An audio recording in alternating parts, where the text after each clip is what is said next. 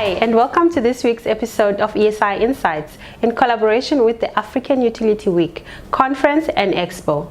This week, we take a closer look at the climate change agenda at COP24 in Poland, where the Paris Agreement has taken center stage. The big question is, why does the Paris Agreement still remain a challenge to implement in an age when climate-related disasters are on the rise? Among the outcomes from the discussions at the conference has been the revelation that developed nations, including the US and in Europe, are refusing to disclose their climate finance.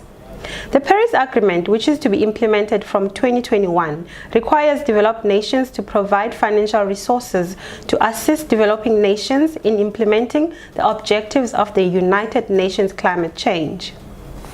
However, developed nations have demanded that developing countries to first provide information on how much they will be contributing to the climate finance. Amid the negotiations, US President Donald Trump took the dialogue to Twitter, saying, "I'm glad that my friend Emmanuel Macron and the protesters in Paris have agreed with the conclusion I reached 2 years ago. The Paris Agreement is fatally flawed because it raises the price of energy for responsible countries while whitewashing some of the worst polluters." However, speaking at COP24, former Governor of California, Arnold Schwarzenegger, firmly reminded attendees that the US is more than just about one leader and assured that some Americans are still committed to fighting climate change. Meanwhile, a report released at the conference by the Global Carbon Project revealed that carbon emissions are still on the rise.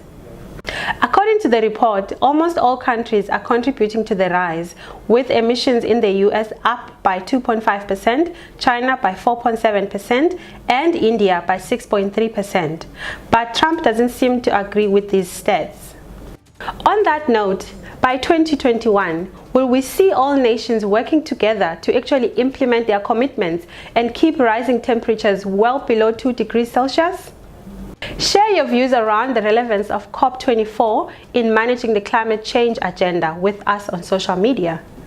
That's all for this week's episode of ESI Insights in collaboration with the African Utility Week, which takes place on the 14th to the 16th May 2019 in Cape Town, South Africa. Thank you for watching.